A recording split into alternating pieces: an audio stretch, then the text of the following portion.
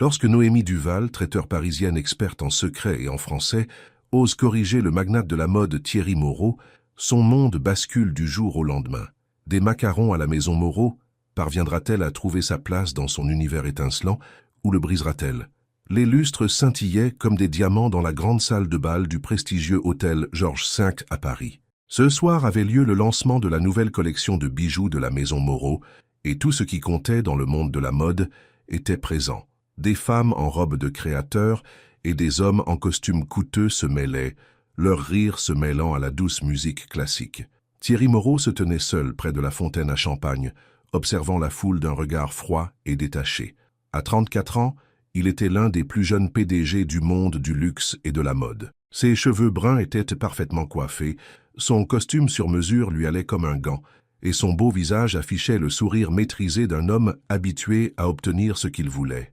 « Monsieur Moreau, le maire est arrivé », chuchota son assistant.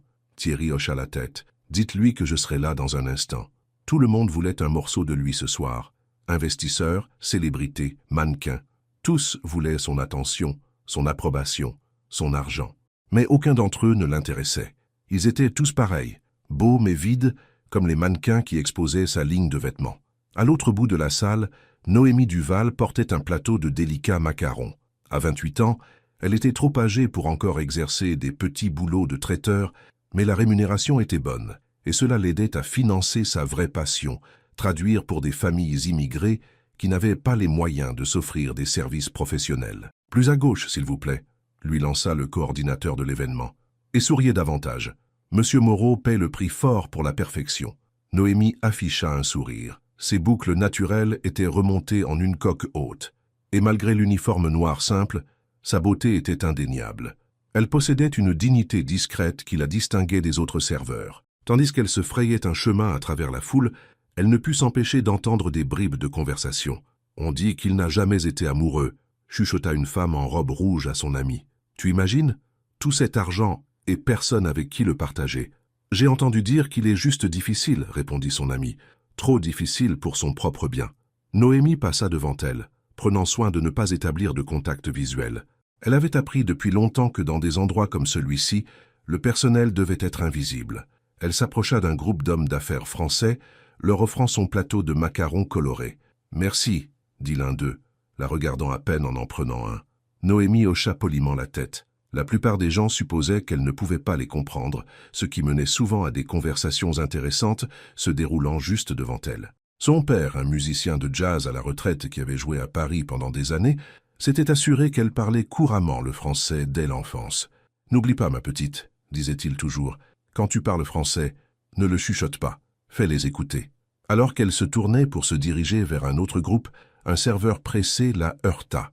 Le plateau s'inclina et plusieurs macarons tombèrent au sol. « Je suis tellement désolé », haleta l'autre serveur. La pièce sembla se figer autour d'eux. Faire tomber de la nourriture lors d'un tel événement était impardonnable. Noémie s'agenouilla rapidement pour nettoyer le désordre, ses joues brûlantes d'embarras. C'est alors qu'elle l'entendit, un léger rire. Elle leva les yeux et vit Thierry Moreau se tenant à quelques pas, la regardant avec un intérêt amusé. Il sourit et dit en français « Quel dommage. J'échangerai tous les bijoux de cette pièce contre une femme avec de la grâce et du cran. » Il supposait clairement qu'elle ne comprendrait pas. Les autres serveurs à proximité semblaient confus, mais Noémie ressentit un éclair d'irritation. Sans lever les yeux de sa tâche, elle répondit dans un français parisien impeccable « Alors peut-être devriez-vous essayer de voir les femmes au lieu de les ignorer. » Le sourire se figea sur le visage de Thierry. Plusieurs halètements s'élevèrent de la part de ceux autour d'eux qui comprenaient le français. Personne ne parlait à Thierry Moreau de cette façon, surtout pas le personnel. Pendant un instant, Noémie pensa qu'elle serait renvoyée sur le champ. Mais au lieu de cela, quelque chose d'inattendu se produisit. Les yeux de Thierry s'écarquillèrent d'une surprise authentique, puis sa bouche se courba en un vrai sourire, pas celui qu'il avait affiché toute la soirée. « Vous parlez français ?» dit-il, toujours en français, s'agenouillant pour l'aider à ramasser les macarons tombés. « Ouais », répondit Noémie froidement repassant à l'anglais. « Et maintenant, si vous voulez bien m'excuser, j'ai un travail à faire. » Elle se leva rapidement, équilibrant le plateau avec les macarons restants. Elle devait retourner au travail. Elle ne pouvait pas se permettre de perdre ce poste, quelle que soit l'impolitesse des invités. Thierry la regarda s'éloigner, oubliant complètement le maire qui l'attendait. Qui est-elle ? Demanda-t-il à son assistant. Juste une membre du personnel du traiteur, monsieur. Dois-je la faire renvoyer ? Non, dit Thierry, fixant toujours Noémie. Découvrez son nom. Pour le reste de la soirée, Thierry ne put se concentrer sur l'événement. Il échangea quelques banalités avec les investisseurs et posa pour des photos, mais ses yeux continuaient de chercher la belle serveuse qui lui avait répondu dans un français impeccable. Quand il la repéra de nouveau, elle servait du champagne près de la sortie. Il se dirigea vers elle, mais fut arrêté par une femme blonde en robe argentée. « Thierry, mon chéri », ronronna-t-elle, posant une main sur son bras, « tu ne m'as pas dit bonjour de toute la soirée. » C'était Victorine Dubois, un mannequin avec qui il avait brièvement fréquenté l'année dernière. Elle avait tenté de raviver leur relation depuis. « Bonjour, Victorine », dit-il poliment, essayant de la contourner du regard. « Vous êtes ravissante. »« Je porte les boucles d'oreilles que tu as conçues, » dit-elle, touchant son lobe d'oreille. « Tu te souviens ? Tu avais dit qu'elle faisait ressortir mes yeux. »« Oui, bien sûr, » répondit-il distraitement. Noémie avait de nouveau disparu. Victorine fronça les sourcils. « Tu es distrait ce soir, il y a un problème ?»« Non, juste des affaires en tête, » mentit Thierry sans sourciller. « Si vous voulez bien m'excuser. » Il s'éloigna avant qu'elle ne puisse protester, se dirigeant vers la cuisine où les serveurs allaient et venaient. Mais le coordinateur de l'événement l'arrêta. « Monsieur Moreau, la rédactrice en chef de Vogue vous cherche. Elle souhaite une déclaration sur la collection. » Thierry soupira. « Dites-lui que je serai avec elle sous peu. » La nuit s'étira, et Thierry ne parvint jamais à reparler à Noémie. Alors que l'événement touchait à sa fin et que les invités commençaient à partir, il prit une décision. Il s'éclipsa de son entourage et sortit par l'entrée de service de l'hôtel, où les camions de traiteurs étaient en cours de chargement. L'air nocturne était frais sur son visage. Il desserra sa cravate et attendit, observant les serveurs sortir du bâtiment, ayant troqué leurs uniformes pour des vêtements de ville. Finalement, il la vit. Noémie avait enfilé un jean et un chemisier simple, ses boucles maintenant libres autour de ses épaules. Elle semblait encore plus belle qu'avant. Elle ne le remarqua pas tout de suite, fouillant dans son sac à main en marchant. Quand elle leva les yeux et le vit debout là, elle s'arrêta net. « Monsieur Moreau, dit-elle surprise, aviez-vous besoin de quelque chose ?» Il s'avança. « Vous m'avez répondu en français tout à l'heure. » Noémie haussa un sourcil. « Oui. Et alors ? Maintenant, laissez-moi vous répondre de la même manière, dit-il, sa voix plus douce que toute la soirée. « Venez à Paris avec moi. » Noémie le fixa, certaine d'avoir mal entendu. « Pardon ? Venez à Paris, répéta-t-il. « Je pars demain, venez avec moi. » Noémie rit, le son sincère et incrédule. « Vous plaisantez. Je ne plaisante jamais avec Paris, dit Thierry sérieusement. « Vous ne connaissez même pas mon nom, fit-elle remarquer. « Alors dites-le-moi, dit-il. Elle hésita puis dit « Noémie, Noémie Duval. »« Noémie, répéta-t-il, comme pour tester la sonorité sur sa langue. « Je suis Thierry. Je sais qui vous êtes, monsieur Moreau, dit-elle. « Tout le monde le sait. Alors vous avez l'avantage, dit-il. « Parce que je veux savoir qui vous êtes. Comment une serveuse d'un traiteur parle-t-elle le français comme une Parisienne ? Mon père a joué du jazz à Paris pendant des années, expliqua-t-elle à contre-cœur. Il a veillé à ce que j'apprenne la langue correctement. » Thierry hocha la tête, fasciné. « Et que faites-vous d'autre quand vous ne servez pas de macarons aux riches et célèbres ? »« Je traduis pour des familles immigrées, » dit Noémie, « bénévolement la plupart du temps. J'ai un diplôme en relations internationales de Sciences Po, mais le marché du travail n'est pas vraiment accueillant pour les gens comme moi. » Thierry fronça les sourcils. « Que voulez-vous dire ?» Noémie lui lança un regard qui suggérait sa naïveté. « Une femme noire sans relation, les portes ne s'ouvrent pas exactement en grand. » Thierry y réfléchit. Ce n'était pas quelque chose à quoi il avait eu à penser auparavant. « Alors, laissez-moi vous ouvrir une porte. Venez à Paris.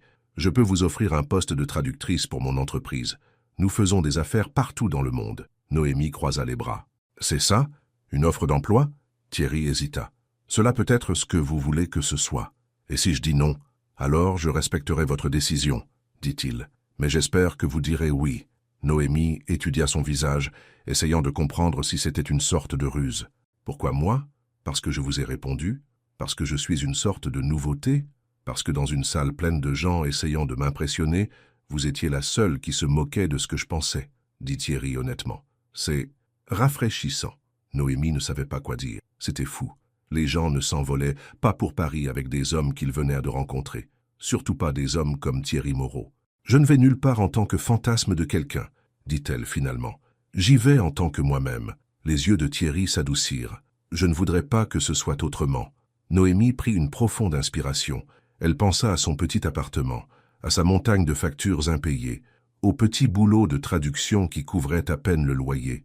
Elle pensa à son père, qui lui disait toujours de prendre des risques. « Si vous cherchez un accessoire, vous avez choisi la mauvaise femme », prévint-elle. « Bien, répondit Thierry. Je ne m'apprête pas. Je me dénude de tout ce que je croyais savoir. » La sincérité dans sa voix la surprit. Cela pouvait-il vraiment arriver? « J'aurais besoin de temps, dit-elle, pour faire mes bagages, pour prendre des dispositions. » Le visage de Thierry s'illumina. « Alors c'est un oui? C'est un peut-être, corrigea Noémie. J'ai besoin d'y réfléchir. »« Ça, c'est juste, dit Thierry, sortant son téléphone. Donnez-moi votre numéro. Mon vol part demain à 15h de Roissy CDG, terminal privé. » Noémie hésita, puis dicta son numéro. Thierry l'enregistra dans son téléphone. « J'enverrai une voiture pour vous à midi, dit-il, si vous décidez de venir. » Avant qu'elle ne puisse répondre, une voiture noire élégante s'arrêta à côté d'eux. Le chauffeur sortit et ouvrit la portière arrière. « Votre voiture, monsieur Moreau, » dit le chauffeur. Thierry hocha la tête. « Réfléchissez-y, Noémie Duval.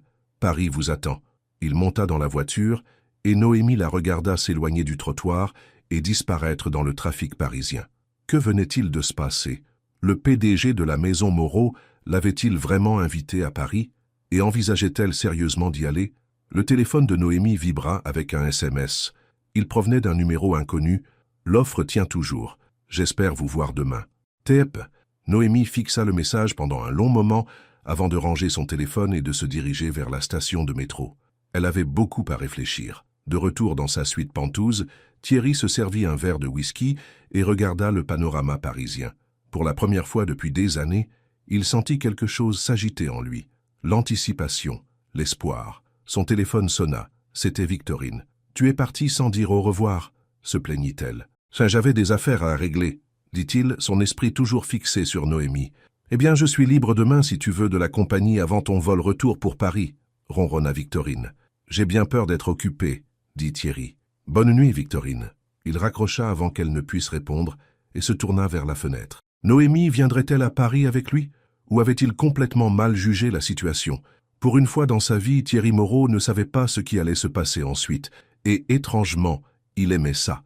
Dans son petit appartement du 19e arrondissement de Paris, Noémie jeta ses chaussures et s'effondra sur son canapé usé. Sa colocataire, Camille, leva les yeux de son ordinateur portable. « Comment était la soirée chic ?» demanda Camille. Noémie rit. « Tu ne me croirais pas si je te le racontais. »« Essaie-moi, » dit Camille, fermant son ordinateur portable. Noémie prit une profonde inspiration. « Le PDG de la maison Moreau vient de m'inviter à Paris. » La mâchoire de Camille tomba. « Tais-toi.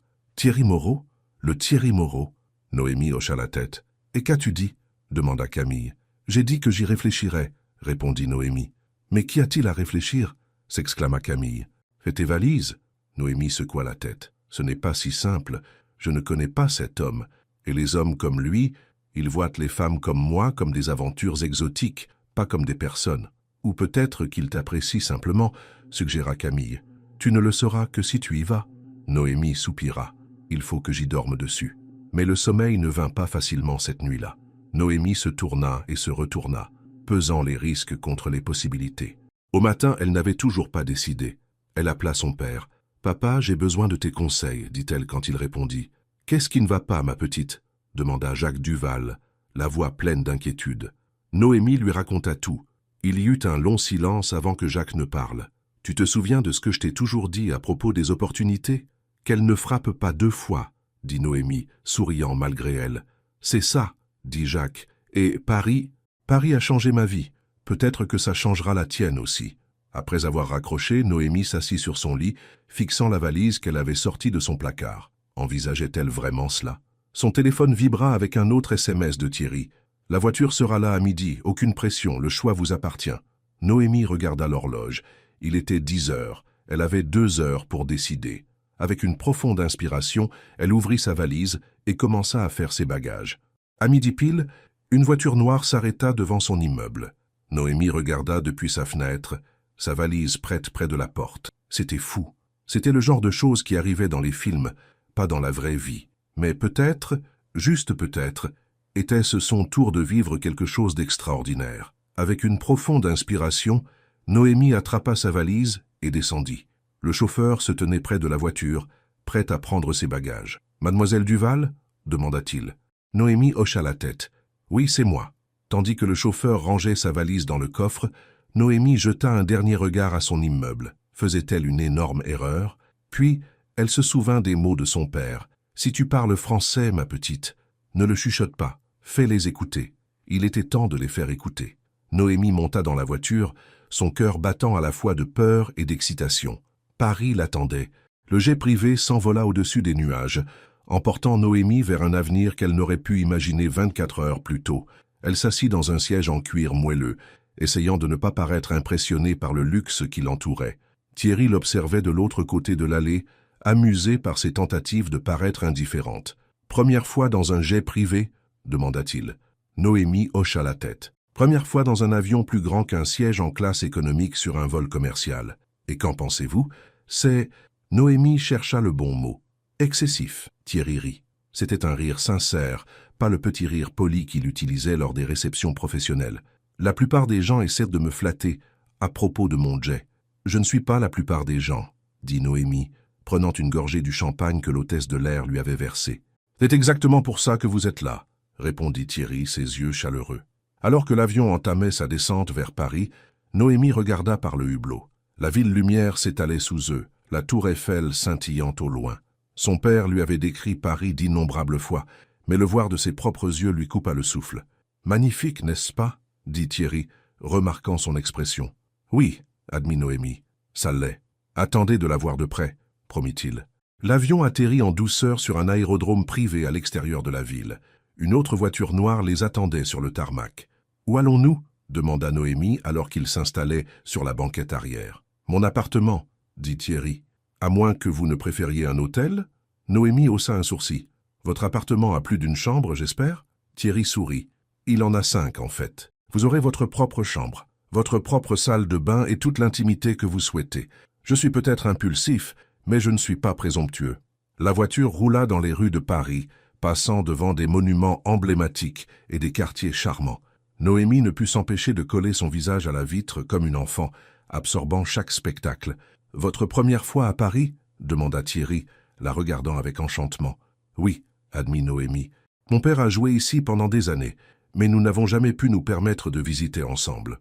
Alors je suis honoré d'être votre premier guide, » dit Thierry. « Demain, je vous montrerai tout. » La voiture s'arrêta devant un magnifique immeuble du 7e arrondissement, à quelques pas de la Seine.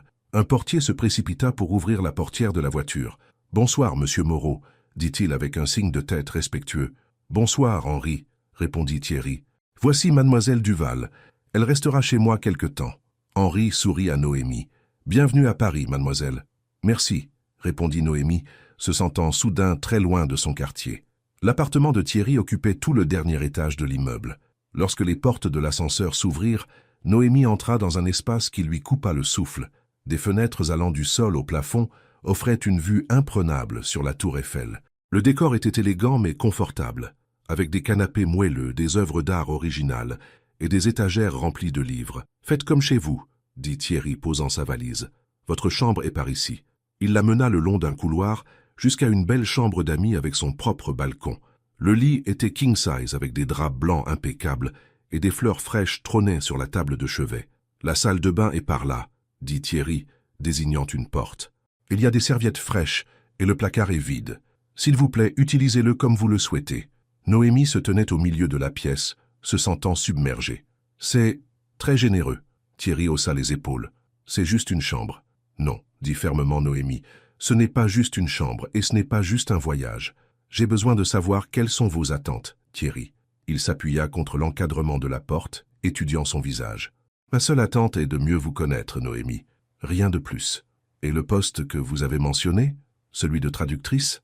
Cette offre tient toujours, » dit Thierry. « Mais il n'y a pas d'urgence. Prenez quelques jours pour visiter Paris d'abord. » Noémie hocha lentement la tête. « Merci. Vous devez être fatigué, » dit Thierry. « Pourquoi ne vous reposez-vous pas? Nous pourrons dîner plus tard, si vous le souhaitez. » Après son départ, la porte refermée derrière lui, Noémie s'assit sur le bord du lit. Que faisait-elle ici? Cet homme était un étranger riche et puissant qui pouvait avoir tout et n'importe qui il voulait. Elle tendit la main vers son téléphone et appela son père. « Je suis à Paris, » dit-elle quand il répondit. « Ma petite !» s'exclama Jacques. « Comment est-ce? Tout ce dont tu as rêvé. C'est magnifique, admit Noémie.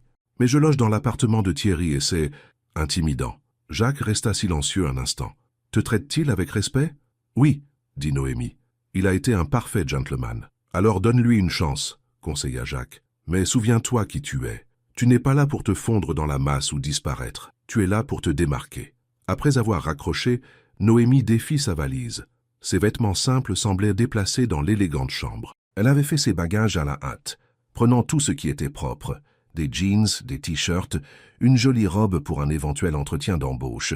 Rien de convenable pour un dîner avec un PDG de la mode à Paris. Il y eut un léger coup à la porte. « Oui » appela Noémie. Thierry ouvrit légèrement la porte. « J'ai pensé que vous pourriez en avoir besoin. » Il tendit un sac de course. Noémie le prit avec prudence. À l'intérieur se trouvait une magnifique écharpe en soie, aux nuances de bleu et de vert. « Je l'ai conçue la saison dernière » expliqua Thierry. « Les couleurs m'ont rappelé vos yeux. » Noémie toucha l'écharpe doucement. C'était la plus belle chose qu'elle ait jamais possédée. « Merci. Le dîner sera prêt à 20 heures, dit Thierry. Rien de formel, juste nous. » Après son départ, Noémie tint l'écharpe à la lumière. Elle était exquise. Elle l'enroula autour de son cou et se regarda dans le miroir. Les couleurs faisaient bien ressortir ses yeux. À 20 heures, Noémie sortit de sa chambre, vêtue d'un jean, d'un simple haut noir et de l'écharpe de Thierry. Elle avait rafraîchi son maquillage et laissé ses boucles libres autour de ses épaules. Thierry l'attendait dans le salon, habillé de façon décontractée, en pantalon et pull. Il avait dressé la table avec des bougies et des fleurs. « Vous êtes magnifique, dit-il quand il la vit. « C'est l'écharpe, répondit Noémie, la touchant avec un peu de gêne. Thierry secoua la tête. « C'est vous. L'écharpe a juste la chance d'être là. » Le dîner fut servi par un chef privé qui avait préparé une sélection de classiques français. Ils mangèrent, et Thierry raconta à Élodie comment il avait grandi à Paris, ses parents qui avaient fondé la maison Moreau comme une petite boutique, et ses rêves pour l'avenir de l'entreprise. « Et vous » demanda-t-il. « Quels sont vos rêves, Élodie Duval ?» Élodie but une gorgée de vin. « Je veux faire la différence. J'ai étudié les relations internationales parce que je voulais travailler pour l'ONU ou une ONG, aider les réfugiés et les immigrants à s'adapter à leur nouvelle vie. Mais ces postes sont difficiles à obtenir sans relation. Alors vous traduisez à votre compte ? » « Oui, dit Élodie. Je travaille avec des familles qui n'ont pas les moyens de s'offrir des services professionnels. Ce n'est pas grand-chose, mais cela compte beaucoup pour elles. » Thierry se pencha en avant, sincèrement intéressé. « Combien de langues parlez-vous ? » « 4 couramment, dit Élodie. Anglais, français, espagnol et arabe. Je me débrouille aussi en italien et en portugais. » Thierry eut l'air impressionné. « C'est remarquable. » Élodie haussa les épaules. « Ça me vient naturellement. Mon père dit que j'ai une bonne oreille pour les langues, tout comme lui pour la musique. » Après le dîner, ils passèrent sur le balcon avec des verres de vin. La tour Eiffel scintillait au loin. « Merci d'être venu à Paris avec moi, dit Thierry doucement. Élodie se tourna vers lui. « Pourquoi m'avez-vous demandé ? » « Vraiment ?» Thierry resta silencieux un instant, réfléchissant à sa réponse. « Parce que quand vous m'avez parlé en français, c'était le premier moment sincère que j'ai eu depuis des années. Tous les autres me disent ce qu'ils pensent que je veux entendre. Vous m'avez dit la vérité. Et c'est suffisant pour faire venir quelqu'un de l'autre bout du monde ? Pour moi, oui, dit Thierry simplement. Élodie étudia son visage au clair de lune. Il était encore plus séduisant ici, dans son élément, détendu et ouvert. « Vous n'êtes pas ce à quoi je m'attendais, admit-elle. À quoi vous attendiez-vous ? Quelqu'un de plus froid, plus calculateur ?» Thierry sourit avec une pointe d'amertume. « C'est ce que la plupart des gens voient. C'est plus facile comme ça dans les affaires. » Ils parlèrent pendant des heures, de livres qu'ils avaient lus, de lieux qu'ils avaient visités, de musique qu'ils aimaient. Élodie fut surprise de découvrir que sous son apparence raffinée, Thierry était réfléchi et curieux du monde. Quand Élodie bâilla finalement, incapable de cacher son épuisement, Thierry se leva. « Vous devriez vous reposer. Le décalage horaire peut être éprouvant. »« Merci pour le dîner, » dit Élodie, se levant de sa chaise. « Et pour tout cela. » Sur une impulsion, elle se pencha et l'embrassa sur la joue. Thierry eut l'air surpris, puis enchanté. « Bonne nuit, Élodie, » dit-il doucement. « Bonne nuit, ma Thierry. » Le lendemain matin, Élodie se réveilla avec le soleil qui inondait sa chambre. Un instant, elle ne sut plus où elle était. Puis, les événements de la veille lui revinrent en mémoire. Elle était à Paris, dans l'appartement de Thierry Moreau. Elle sortit du lit et ouvrit les portes du balcon. La ville s'étendait devant elle, belle et ancienne, et nouvelle tout à la fois. Le son d'un piano s'éleva dans l'appartement. Élodie suivit la musique jusqu'à une pièce qu'elle n'avait pas vue la veille. La porte était entr'ouverte, et à travers elle, elle put voir Thierry assis à un grand piano, jouant une pièce classique qu'elle ne reconnaissait pas. Elle l'observa un instant, surprise par ce talent caché. Il jouait avec émotion, les yeux fermés, perdu dans la musique. Quand il eut terminé, Élodie ne put s'empêcher d'applaudir. Thierry leva les yeux, surpris. « Je ne savais pas que vous jouiez, » dit Élodie, entrant dans la pièce. « Peu de gens le savent, » admit Thierry. « C'est juste un passe-temps. »« Vous êtes très bon, » dit Élodie, s'approchant du piano. « C'était quel morceau ?»« Debussy, » dit Thierry. « Clair de lune. Vous jouez ?» Élodie secoua la tête. « Mon père a essayé de m'apprendre quand j'étais enfant, mais je n'ai jamais eu la patience. Je sais jouer au clair de la lune, et c'est à peu près tout. » Thierry sourit et se décala sur le banc, tapotant l'espace à côté de lui. « Montrez-moi. » Hésitante, Élodie s'assit à côté de lui. Leurs épaules se touchèrent, tandis qu'elle posait ses doigts sur les touches et commençait à jouer la mélodie simple. Thierry se joignit à elle, ajoutant de la complexité à la mélodie de base. Ils jouèrent ensemble, riant quand Élodie ratait une note. La lumière du matin inondait les fenêtres, capturant les particules de poussière dans son éclat doré. Quand ils eurent terminé, la main de Thierry resta près de la sienne sur les touches. « Vous avez une bonne oreille, » dit-il doucement. « Pas comme vous, » répondit Élodie, soudain consciente de leur proximité. Le téléphone de Thierry sonna, brisant le moment. Il soupira et se leva pour répondre. « Oui » dit-il, son ton passant en mode affaire. « Non, je ne peux pas aujourd'hui. J'ai d'autres plans. » Après une brève conversation, il raccrocha et se tourna vers Élodie. « Désolé. Le travail ne s'arrête jamais, même le week-end. Nous sommes dimanche, » réalisa Élodie. « Vous n'avez pas besoin d'aller au bureau ?» Thierry secoua la tête. « Pas aujourd'hui. Aujourd'hui, je vous ai promis de vous montrer Paris. Vous vous souvenez ?» Après le petit déjeuner, ils partirent explorer la ville. Thierry l'emmena voir tous les lieux célèbres, le Louvre, Notre-Dame, Montmartre, mais aussi des recoins cachés que les touristes trouvaient rarement. Une minuscule librairie où le propriétaire le connaissait par son nom, un café niché dans une rue latérale qui servait le meilleur pain au chocolat de Paris, un petit jardin où de vieux hommes jouaient aux échecs. Alors qu'ils marchaient le long de la Seine, Thierry montra le bâtiment qui abritait le siège de la maison Moreau. « C'est là que je passe la plupart de mes journées, » dit-il. « Réunions, décisions, encore des réunions. Cela vous plaît ?» demanda Élodie. Thierry considéra la question. « J'aime créer, concevoir. La partie à faire, moins. Alors pourquoi le faire ? C'est l'héritage de ma famille, » dit Thierry simplement. « Mes parents l'ont bâti à partir de rien. Maintenant, c'est ma responsabilité. » Ils s'arrêtèrent dans un petit café pour déjeuner. Le serveur salua chaleureusement Thierry et leur donna une table près de la fenêtre. « Le propriétaire est un ami, » expliqua Thierry. « Sa fille a travaillé pour nous comme stagiaire l'été dernier. » Pendant qu'ils mangeaient, Élodie remarqua à quel point Thierry était différent ici, dans sa ville natale, plus détendu, plus authentique. Il parlait aux serveurs et aux commerçants avec le même respect qu'il témoignait à ses associés. Ce n'était pas ce à quoi elle s'était attendue de la part d'un homme de son statut. Après le déjeuner, Thierry regarda sa montre. « J'aimerais que vous rencontriez quelqu'un, si vous le voulez bien. »« Qui ?» demanda Élodie, curieuse. « Ma tante Madeleine, » dit Thierry. « Elle m'a élevé après le décès de mes parents. Elle nous attend pour le thé. » Élodie ressentit un léger frisson de nervosité. Rencontrer la famille était une étape importante. « Ça êtes-vous sûr ? Nous ne nous connaissons que depuis 2 jours. » Thierry sourit. « Madeleine est une excellente juge de caractère.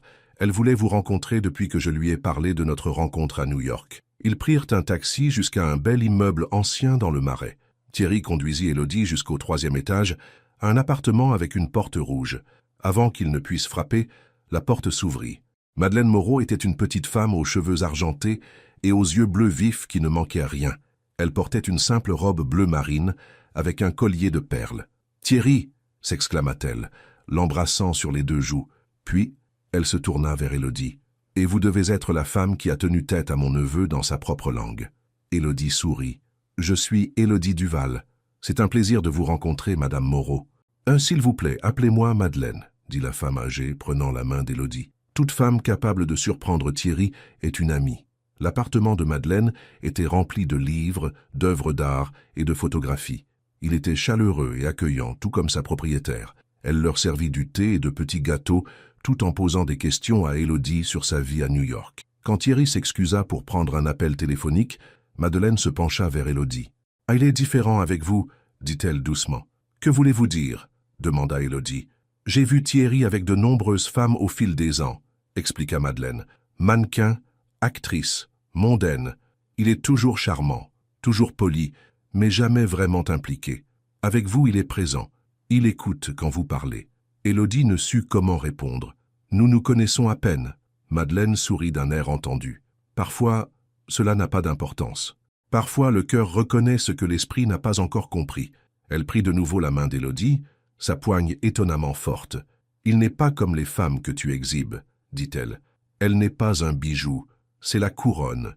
Ne te permets pas de la gâcher. »« Vous me dites ça à moi » demanda Élodie, confuse. « Non, » ricana Madeleine. « C'est ce que j'ai dit à Thierry ce matin, quand il m'a appelé pour me parler de vous. Et je le pensais. » Avant qu'Élodie ne puisse répondre, Thierry revint de son appel. « Désolé, » dit-il. « Crise au bureau. »« Un dimanche » gronda Madeleine. « Ils ne peuvent pas survivre sans toi un seul jour ?»« Apparemment non, » dit Thierry avec amertume. Ils restèrent 1 heure de plus, écoutant les histoires de Madeleine sur Thierry enfant. Son premier croquis, un dessin étonnamment bon d'une robe à 7 ans, sa rébellion d'adolescent, s'enfuyant à Londres pour un week-end, son dévouement à l'entreprise familiale, travaillant chaque été à partir de 16 ans. Quand vint le moment de partir, Madeleine serra chaleureusement Élodie dans ses bras. « Revenez, s'il vous plaît, » dit-elle, « avec ou sans mon neveu. » Dans le taxi de retour à l'appartement de Thierry, Élodie resta silencieuse, pensant aux paroles de Madeleine. « Elle vous aime bien, » dit Thierry, brisant le silence. « Je l'aime bien aussi, » répondit Élodie. « Elle n'est rien de ce à quoi je m'attendais. » « À quoi vous attendiez-vous » ? « Quelqu'un de plus formel, plus préoccupé par le statut. » Thierry sourit. « Madeleine se soucie des gens, pas de la position. C'est elle qui m'a appris à voir au-delà des apparences. »« Vous avez eu de la chance de la voir, » dit Élodie. « Oui, » acquiesça Thierry, « j'en ai eu. » De retour à l'appartement, ils regardèrent le coucher de soleil depuis le balcon. La journée avait été parfaite, le genre de journée dont Élodie avait rêvé, mais qu'elle n'avait jamais cru vivre. « Merci pour aujourd'hui, » dit-elle, se tournant vers Thierry, « pour m'avoir montré votre Paris. Merci de l'avoir vu avec des yeux neufs, » répondit-il. « Parfois, j'oublie à quel point c'est beau. » Ils se tinrent côte à côte, regardant les lumières de la ville commencer à scintiller. La main de Thierry trouva la sienne, ses doigts s'entrelacèrent avec les siens. Élodie savait qu'elle devrait se reculer. Cela allait trop vite, mais elle ne voulait pas. Pour la première fois de sa vie, elle était exactement là où elle voulait être. « Demain, » dit Thierry doucement, « je dois retourner au travail. Mais j'aimerais que vous veniez avec moi, voir l'entreprise, rencontrer l'équipe, réfléchir à cette offre d'emploi. » Élodie leva les yeux vers lui. « Est-ce une bonne idée ? La personne que vous avez aidée se présentant comme une potentielle collègue ? Vous n'avez jamais été juste une aide, Élodie, » dit Thierry sérieusement. « Pas pour moi. » Il se pencha, son visage près du sien. « Puis-je » murmura-t-il. Élodie hocha la tête, le cœur battant la chamade. Thierry l'embrassa doucement, ses lèvres chaudes contre les siennes. C'était un baiser tendre, une question plus qu'une exigence. Quand il se recula, ses yeux cherchèrent en les siens. « Trop tôt » demanda-t-il. Élodie secoua la tête. « Non » dit-elle, surprise de constater qu'elle le pensait. « Pas du tout trop tôt. » Cette fois, ce fut elle qui se pencha, sa main trouvant la nuque de Thierry tandis que leurs lèvres se retrouvaient. Le baiser s'approfondit et Élodie se sentit tomber, non seulement dans le baiser, mais dans tout ce que Thierry représentait. La possibilité, l'aventure, une vie qu'elle n'avait jamais imaginée pour elle-même. Quand ils se séparèrent enfin, Thierry posa son front contre le sien. « Je n'ai jamais ressenti ça avant, » admit-il, si rapidement. « Moi non plus, » dit Élodie. Ils restèrent sur le balcon jusqu'à ce que la nuit se rafraîchisse, parlant, s'embrassant et planifiant le lendemain.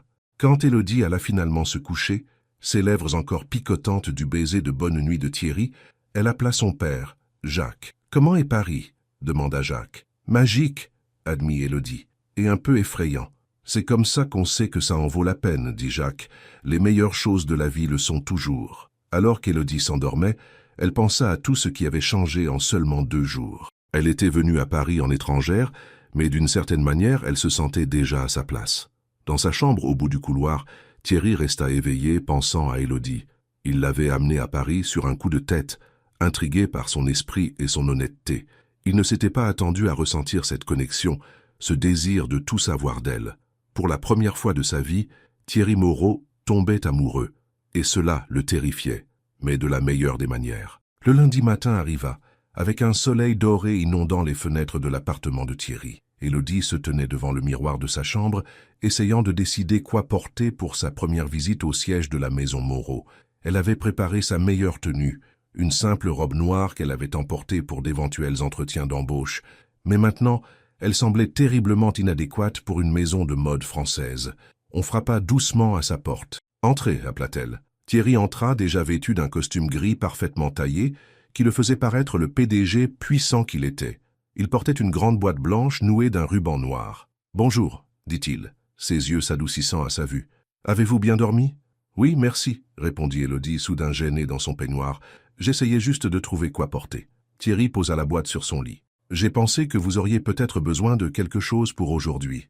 Si vous le voulez, bien sûr. » Élodie s'approcha prudemment de la boîte. « Thierry, vous n'avez pas besoin de m'acheter des vêtements. Ce n'est pas un achat, précisa-t-il. C'est de notre collection. Considérez cela comme un prêt, si cela vous met plus à l'aise. » Élodie hésita, puis dénoua le ruban et ouvrit la boîte. À l'intérieur se trouvait une magnifique robe bordeaux aux lignes épurées et élégantes. Elle était simple mais sophistiquée, exactement son style si elle avait pu s'offrir de telles choses. « C'est magnifique, » admit-elle, touchant le tissu. « Vous n'êtes pas obligé de la porter, » dit rapidement Thierry. « J'ai juste pensé, pour votre premier jour à la maison Moreau. » Élodie leva les yeux vers lui, comprenant son inquiétude. « Vous pensez que mes vêtements ne sont pas assez bien. » Thierry fronça les sourcils. « Ce n'est pas ce que je voulais dire. Je veux juste que vous vous sentiez à l'aise. Dans votre monde, » termina Élodie pour lui. « Oui, » admit-il, « mais c'est votre choix. » Élodie considéra de nouveau la robe. Elle était splendide, et honnêtement, elle s'y sentirait plus en confiance que dans sa vieille robe noire. « Merci, dit-elle finalement. Je la porterai aujourd'hui. » Thierry sourit, soulagé. « Je vous attends dans la cuisine. Prenez votre temps. » Après qu'il soit parti, Élodie enfila la robe. Elle lui allait parfaitement, comme si elle avait été faite pour elle. Elle ajouta le foulard bleu-vert que Thierry lui avait donné et se regarda dans le miroir. La femme qui la regardait semblait élégante, raffinée, comme si elle appartenait au monde de la haute couture. Mais en faisait-elle partie? Ou jouait-elle simplement à la grande dame? Dans la cuisine, Thierry lisait le journal du matin et buvait du café. Il leva les yeux quand Élodie entra et son visage afficha une telle appréciation sincère qu'elle sentit ses doutes s'évanouir. « Vous êtes magnifique, » dit-il simplement. « Merci, » répondit Élodie, acceptant la tasse de café qu'il lui offrait, pour la robe et pour le compliment. Ils prirent le petit déjeuner ensemble, parlant de la journée à venir. Thierry expliqua la structure de la maison Moreau, l'équipe de design, le département marketing, la division production. « Le poste que j'ai en tête pour vous serait au sein de notre département des relations internationales, » dit-il. « Nous avons des clients partout dans le monde, et vos compétences linguistiques seraient inestimables. Serais-je traductrice ?» demanda Élodie. « Cela est aider à combler les écarts culturels, » expliqua Thierry. « La mode est mondiale, mais les goûts et les attentes varient considérablement. Quelqu'un avec votre parcours pourrait nous aider à naviguer ces différences. » Cela ressemblait à un emploi de rêve, exactement ce pourquoi elle avait étudié à l'université Columbia, mais un doute persistant demeurait. « Thierry, » dit-elle avec précaution, « j'ai besoin de savoir quelque chose. Est-ce un vrai poste, ou créez-vous une position pour moi parce que nous sommes ce que nous sommes ?» Thierry posa sa tasse de café. « C'est un vrai poste, Élodie, un poste qui doit être pourvu. Je ne vais pas mentir en disant que notre lien personnel ne m'a pas fait penser à vous pour cela, mais je ne vous l'offrirai pas si je ne croyais pas que vous étiez qualifié. » Élodie hocha la tête, satisfaite de son honnêteté. « Alors j'ai hâte d'en apprendre davantage. » Ils arrivèrent au siège de la maison Moreau dans la voiture avec chauffeur de Thierry. Le bâtiment était un mélange époustouflant d'architecture historique et de design moderne, un reflet parfait de la marque elle-même. Alors qu'ils traversèrent le hall, Élodie était consciente des regards curieux des employés. Ce n'était pas tous les jours que Thierry Moreau arrivait avec une femme à son bras. « Bonjour, monsieur Moreau », dit la réceptionniste, ses yeux se posant sur Élodie avec une curiosité évidente. « Bonjour, Sophie », répondit Thierry. « Voici Élodie Duval. Elle sera avec moi aujourd'hui pour découvrir l'entreprise. » Sophie sourit poliment. « Bienvenue à la maison Moreau, mademoiselle Duval. » Thierry conduisit Élodie jusqu'à l'ascenseur, sa main reposant légèrement sur le bas de son dos. Alors que les portes se fermaient, il se pencha pour lui murmurer à l'oreille « Prête ?» Élodie prit une profonde inspiration. « Prête ?» L'étage exécutif était une véritable ruche. Des assistants allaient et venaient avec du café et des documents, les téléphones sonnaient constamment et les salles de conférence aux parois de verre étaient remplies de personnes en discussions animées. Le bureau de Thierry se trouvait au bout d'un long couloir, une pièce d'angle spacieuse avec des fenêtres allant du sol au plafond et une vue sur la Seine. Une jeune femme était assise à un bureau à l'extérieur, tapant rapidement sur un ordinateur. « Bonjour Christine », dit Thierry. « Voici Élodie Duval. Elle me suivra aujourd'hui et rencontrera les RH plus tard pour un poste aux relations internationales. » Christine se leva et tendit la main à Élodie. « Ravi de vous rencontrer, mademoiselle Duval. Puis-je vous apporter quelque chose? Café, eau? Non, merci, » répondit Élodie, impressionnée par le professionnalisme amical de la femme. À l'intérieur du bureau de Thierry, Élodie observa l'espace qui représentait le centre de son monde. C'était élégant mais fonctionnel.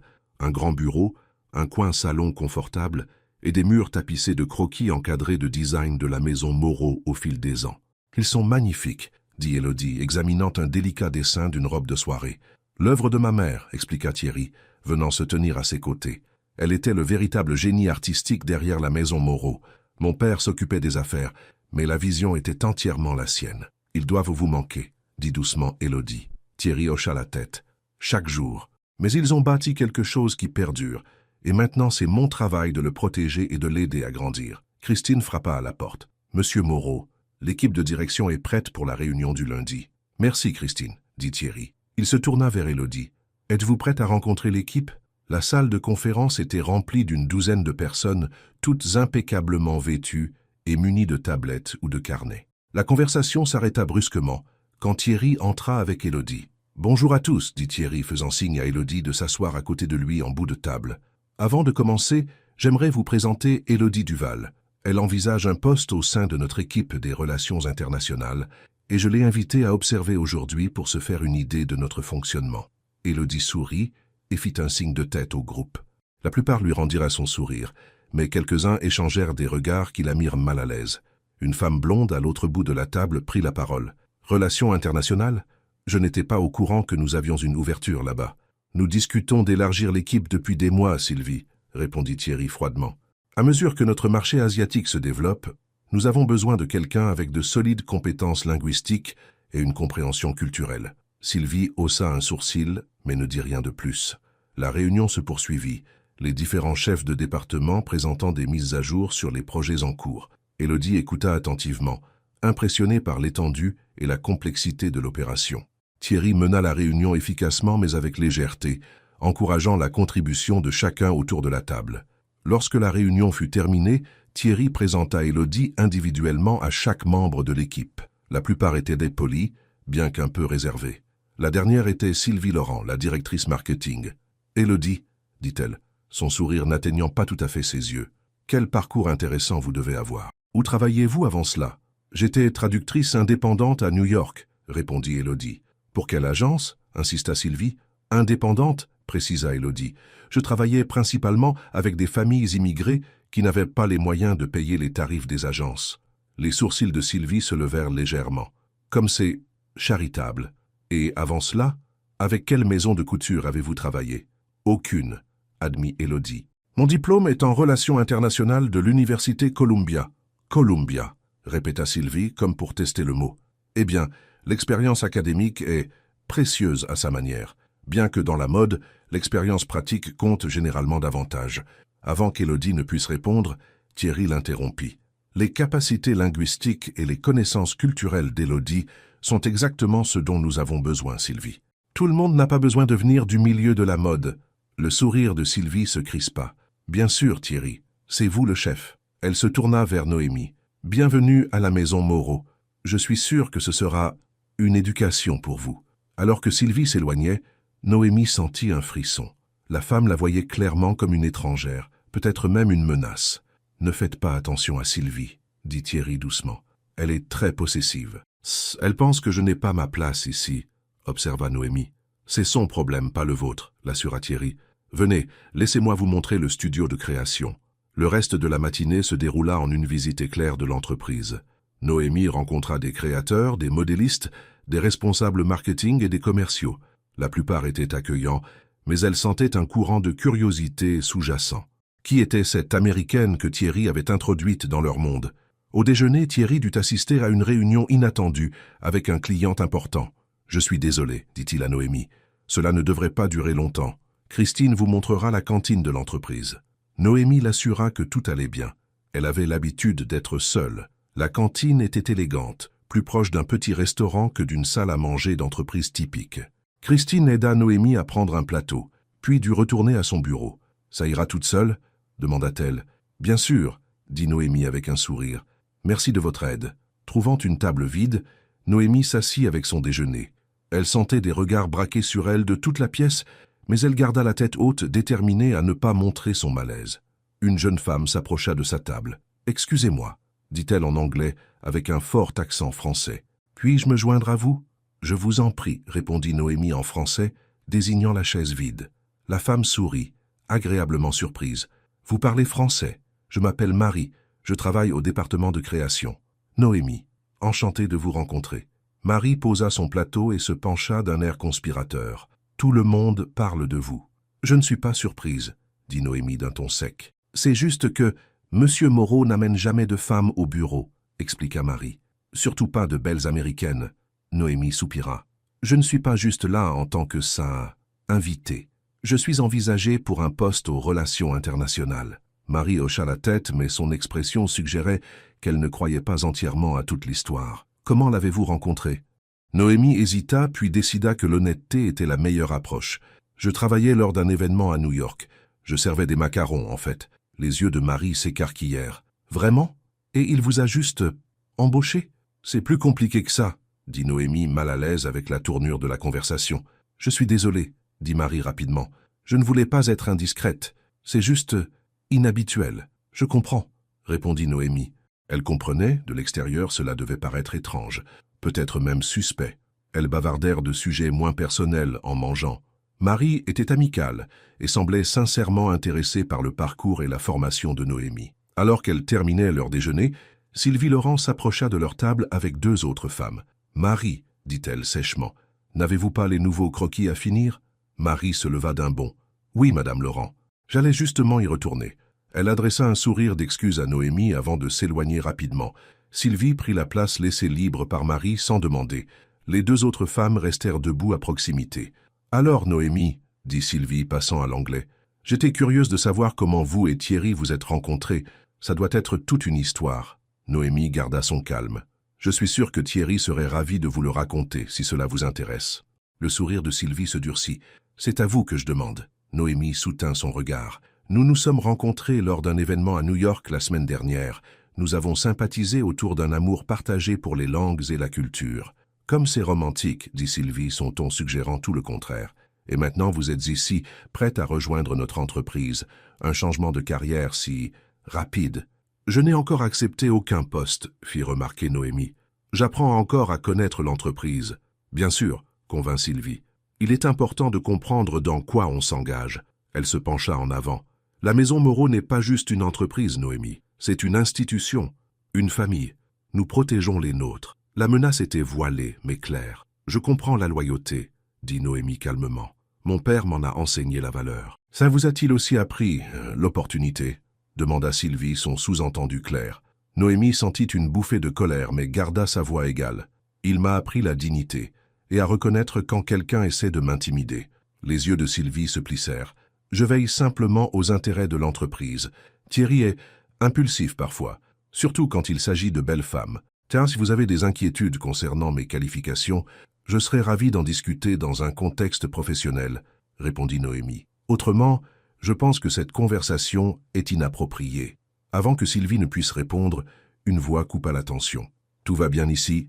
Thierry se tenait au bord de la table, son expression indéchiffrable. Depuis combien de temps était-il là? Qu'avait-il entendu? L'attitude de Sylvie changea instantanément. « Thierry, nous faisions juste connaissance avec votre ami. » « Collègue, » corrigea Thierry fermement. « Potentiel collègue. » « Noémie, êtes-vous prête pour votre entretien avec les RH ?» Noémie se leva, reconnaissante de l'interruption. « Oui, merci. » Alors qu'il s'éloignait, Thierry posa une main protectrice sur son dos. « Qu'est-ce que Sylvie vous a dit ?» demanda-t-il doucement. « Rien que je ne puisse gérer, » l'assura Noémie. Thierry fronça les sourcils. « Elle peut être difficile. »« Elle vous protège, » observa Noémie. « Et elle se méfie de moi. » Elle n'a aucun droit d'être l'un ou l'autre, dit Thierry fermement. L'entretien avec les RH fut simple.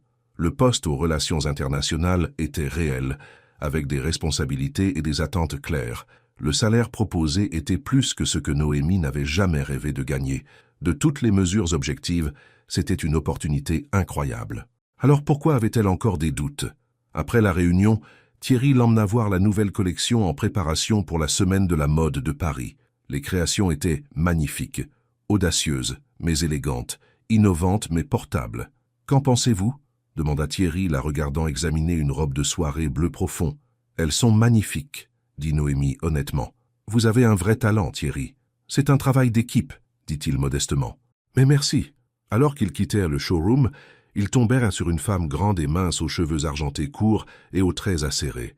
Elle était impeccablement vêtue d'un tailleur noir qui criait le prix. « Thierry, » dit-elle, en lui faisant la bise sur les 2 joues. « Je vous cherchais. »« Geneviève, » répondit Thierry. « Voici Noémie Dubois. Noémie, Geneviève Dupont, notre directrice de la création. » Geneviève jeta un rapide coup d'œil à Noémie. « Américaine » demanda-t-elle, bien que ce ne fût pas vraiment une question. « Oui » confirma Noémie. « dit Geneviève, comme si cela expliquait tout. Elle se retourna vers Thierry. « Nous devons discuter de l'éclairage pour le défilé. Les échantillons qu'ils ont envoyés sont tous mauvais. Cela peut-il attendre demain ?» demanda Thierry. « Je fais visiter l'entreprise à Noémie aujourd'hui. » Les lèvres de Geneviève se pincèrent. « Le défilé est dans 3 semaines, Thierry. Tout compte maintenant. » Thierry soupira. « Donnez-moi 15 minutes, puis je vous rejoins à votre bureau. » Après le départ de Geneviève, Thierry regarda Noémie d'un air désolé. « Je suis désolé. Les préparatifs de la semaine de la mode sont toujours intenses. »« C'est bon, » l'assura Noémie. « Vous avez une entreprise à diriger. Je peux m'occuper. Christine peut vous montrer le reste du bâtiment, » suggéra Thierry. « Puis peut-être aimeriez-vous visiter la boutique phare de la maison Moreau? La voiture peut vous y emmener. » Noémie accepta, et ils se séparèrent par un bref baiser qui fit lever les sourcils des employés qui en furent témoins. La boutique phare de l'avenue Montaigne était un temple du luxe. Noémie se sentait déplacée malgré sa robe empruntée, mais les vendeuses la traitèrent avec déférence lorsqu'elles apprirent qu'elle était une invitée de Thierry Moreau. Alors qu'elle parcourait les collections, elle entendit 2 vendeuses chuchoter. C'est elle, l'américaine, qui l'a ramenée de New York. Elle est jolie, j'imagine, si vous aimez ce genre de type. Ça ne durera pas. Ça ne dure jamais avec lui. N'empêche, passer de servir des verres à faire du shopping ici en une semaine, elle doit être douée pour quelque chose. Les joues de Noémie brûlèrent, mais elle garda la tête haute en passant devant elle. Elle ne leur donnerait pas la satisfaction de savoir que leurs mots l'avaient blessée. Devant la boutique, elle dit au chauffeur qu'elle préférerait rentrer à pied à l'appartement. Elle avait besoin de temps pour réfléchir, pour digérer tout ce qu'elle avait vu et entendu aujourd'hui. Paris était magnifique à la lumière de la fin d'après-midi, mais Noémie le remarqua à peine. Son esprit était trop rempli de questions. Avait-elle vraiment sa place dans le monde de Thierry? Ou se berçait-elle d'illusions? Lorsqu'elle arriva à l'appartement, elle trouva un mot de Thierry disant qu'il serait en retard. Urgence, semaine de la mode. Faites comme chez vous. Désolé. Noémie enleva la robe empruntée et enfila ses propres vêtements, un jean et un simple haut. Elle se sentit immédiatement plus elle-même. Elle appela son père. « Comment avance la recherche d'emploi » demanda Jacques. « Ils m'ont offert un poste, » lui dit Noémie. « Aux relations internationales. Le salaire est... C'est plus que ce que j'avais jamais imaginé, papa. »« C'est merveilleux » s'exclama Jacques. « N'est-ce pas » Noémie soupira. « Je ne sais pas. Tout le monde là-bas me regarde comme si je n'avais pas ma place, comme si j'étais là juste à cause de Thierry. L'êtes-vous » demanda Jacques doucement. « Le poste est réel, » dit Noémie, « et j'ai les qualifications pour l'occuper. Mais l'aurais-je eu sans connaître Thierry? Probablement pas. C'est comme ça que le monde fonctionne, ma petite, » dit Jacques pragmatiquement. « Ce n'est pas ce que tu sais, c'est qui tu connais. Ça l'a toujours été. Mais je veux gagner ma place, » insista Noémie. « Alors gagne-la, » dit Jacques simplement. « Prends le poste si tu le veux, et prouve à tout le monde, y compris à toi-même, que tu mérites d'être là. » Après avoir raccroché, Noémie sortit sur le balcon. Le soleil se couchait, peignant le ciel de Paris de nuances d'or et de rose. C'était d'une beauté à couper le souffle. Elle pensa à tout ce qui s'était passé ces derniers jours. Rencontrer Thierry, venir à Paris, voir un monde dont elle n'avait fait que rêver. Cela ressemblait à un conte de fées, mais les contes de fées n'étaient pas réels, et Noémie Dubois vivait dans le monde réel. Elle était toujours sur le balcon lorsque Thierry rentra chez lui des heures plus tard. Il avait l'air fatigué mais sourit en la voyant. « Je suis désolé pour aujourd'hui, dit-il, la rejoignant à la balustrade. La semaine de la mode est toujours chaotique. C'est bon, dit Noémie. J'ai eu le temps de réfléchir. Quelque chose dans son ton fit que Thierry la regarda plus attentivement.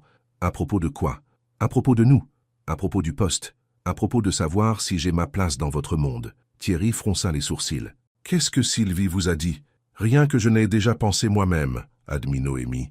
Thierry, nous venons de mondes différents. Vous êtes PDG d'une maison de haute couture de luxe. Je servais des macarons à votre événement il y a une semaine. Et alors? Défia Thierry. Est-ce que ça compte? Cela compte pour certaines personnes, dit Noémie. Cela pourrait même compter pour vous. Un jour, Thierry prit ses mains dans les siennes. Cela ne compte pas pour moi, Noémie. Je me soucie de qui vous êtes. Pas d'où vous venez ni de ce que vous faites dans la vie. Les gens parleront, prévint Noémie. Ils le font déjà. Qu'ils parlent, dit Thierry avec dédain. Je n'ai jamais fait attention à ce que pensent les gens. Facile à dire quand on est au sommet, fit remarquer Noémie. Thierry soupira, reconnaissant son argument. Je ne peux pas changer la façon dont les autres pourraient nous voir. Mais je peux vous promettre ceci. Je ne vous considérerai jamais comme moins que mon égal, ma partenaire. Le mot « partenaire » resta suspendu dans l'air entre eux. C'était un mot important, plein de sens et de promesses. « Nous nous connaissons depuis 3 jours », lui rappela Noémie. « Parfois, c'est suffisant, » dit Thierry doucement. Il la serra contre lui et Noémie se laissa faire. Malgré ses doutes, malgré les chuchotements et les regards méfiants, être dans ses bras lui semblait juste. « À propos du poste, » dit-elle contre son torse. « Je dois y réfléchir davantage, m'assurer que je l'accepte pour les bonnes raisons. »« Bien sûr, » convint Thierry. « Prenez tout le temps qu'il vous faut. » Ils restèrent sur le balcon jusqu'à l'apparition des étoiles, parlant de tout et de rien. Thierry lui raconta davantage sur son enfance, sur le fait de grandir dans l'ombre de la maison Moreau, sur la pression de se montrer à la hauteur de l'héritage de ses parents. Noémie lui parla de ses rêves de travailler à l'ONU, d'utiliser ses compétences linguistiques pour aider les personnes dans le besoin. « Vous pouvez toujours faire cela, » fit remarquer Thierry. « La maison Moreau a une fondation qui soutient les communautés d'immigrants. Vous pourriez vous y impliquer en plus de vos fonctions habituelles. » L'idée plut à Noémie. Peut-être y avait-il un moyen de mêler ses rêves à cette nouvelle réalité. Alors qu'il se préparait à dormir, Thierry mentionna qu'un gala d'entreprise était prévu pour vendredi soir. « C'est un événement annuel, » expliqua-t-il, « pour célébrer notre héritage et présenter des éléments de la nouvelle collection avant la semaine de la mode. J'aimerais que vous veniez en tant qu'invité. » Noémie hésita. Un gala signifiait s'habiller, être scruté, faire face à toute l'entreprise en tant que... Quoi? Petit ami? Employé? Les deux? Je n'ai rien apporté pour un gala, dit-elle. Thierry sourit. Je pense que nous pouvons résoudre ce problème.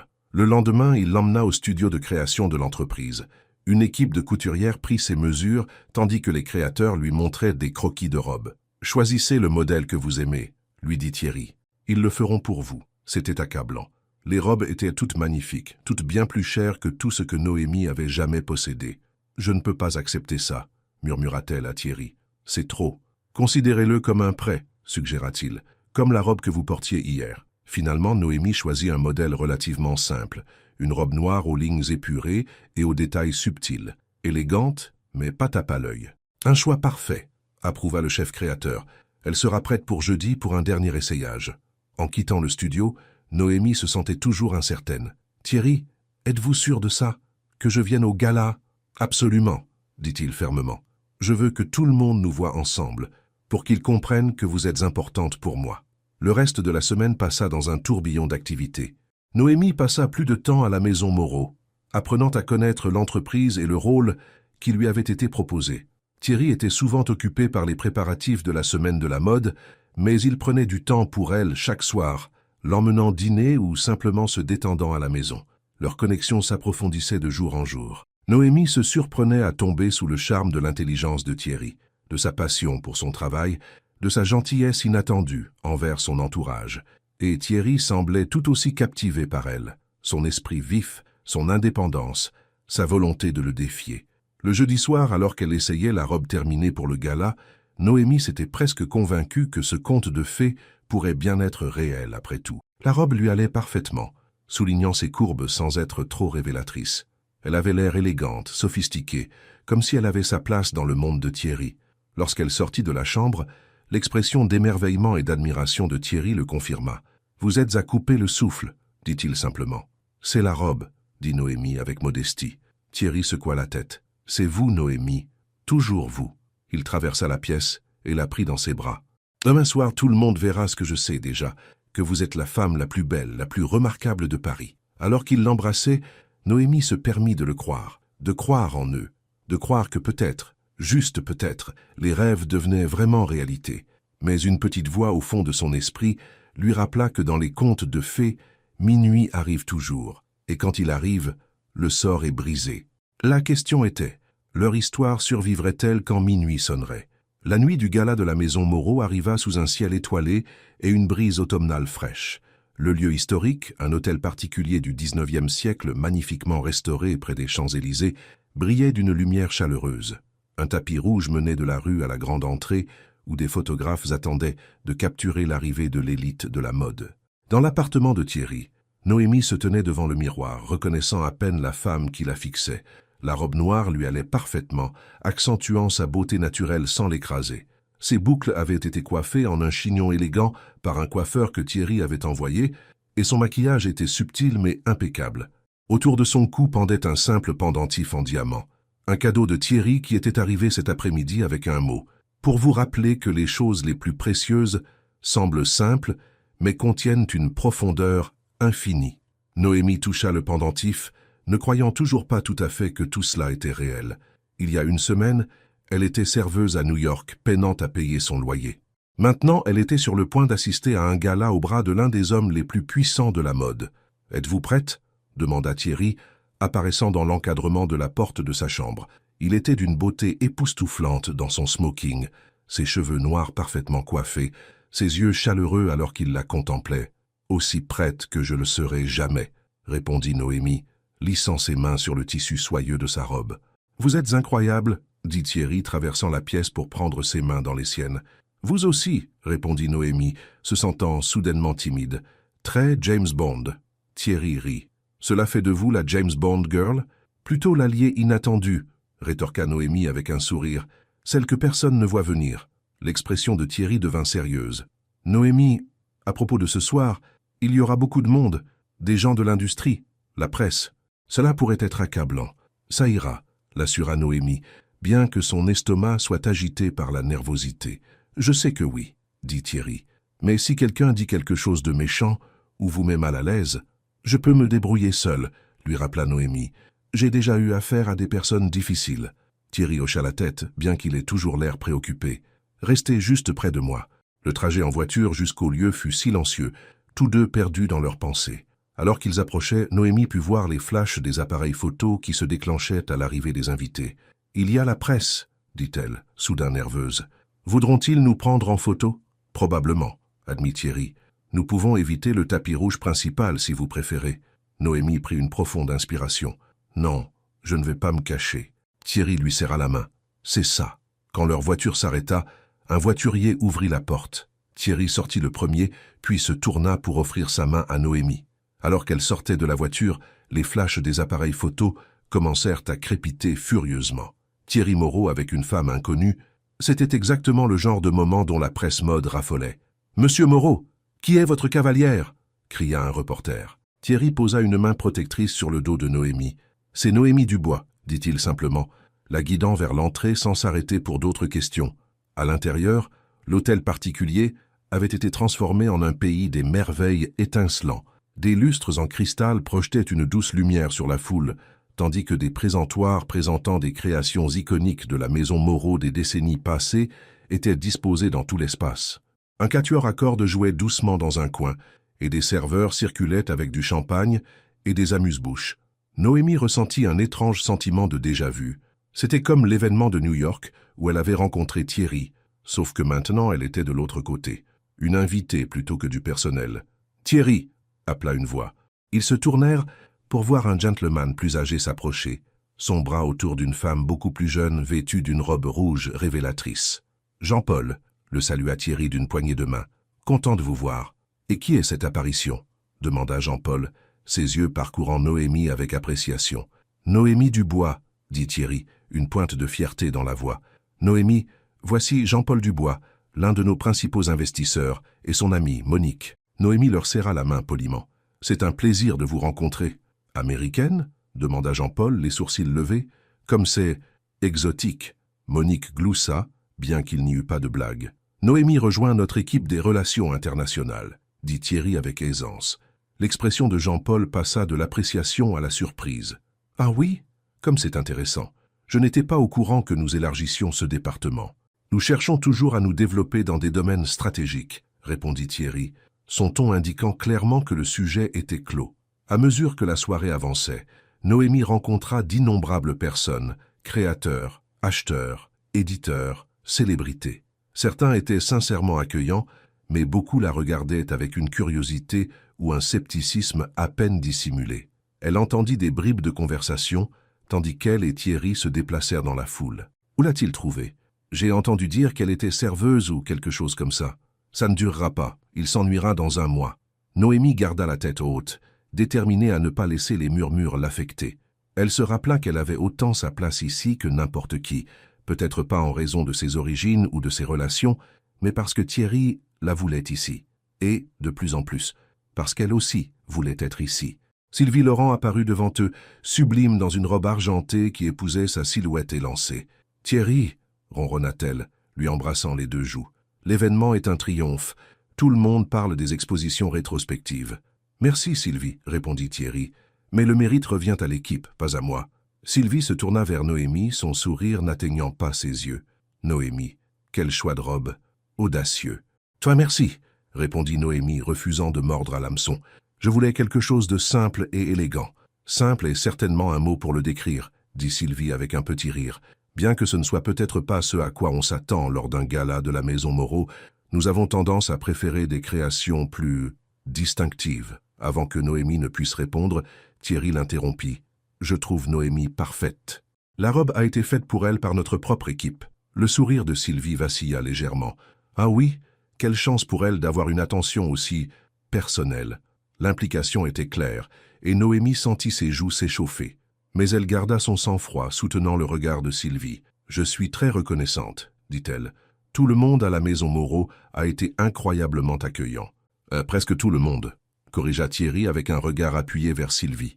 Sylvie rit comme s'il avait fait une blague. « Oh, Thierry, toujours le protecteur. » Elle lui toucha familièrement le bras. « Nous devons discuter de l'expansion vers Shanghai avant que tu ne disparaisses. L'équipe asiatique est là ce soir. »« Plus tard, » dit Thierry fermement. « Pour l'instant, je suis avec Noémie. » Les yeux de Sylvie se plissèrent, presque imperceptiblement. « Bien sûr. Profitez de votre soirée. » Alors qu'elle s'éloignait, Noémie laissa échapper un soupir qu'elle n'avait pas réalisé retenir. « Elle ne m'aime vraiment pas. Sylvie n'aime personne qui retient mon attention, » expliqua Thierry. « Elle essaie depuis des années de passer du professionnel au personnel avec moi. »« Et tu n'as jamais été intéressé ?» demanda Noémie. Thierry secoua la tête. « Jamais.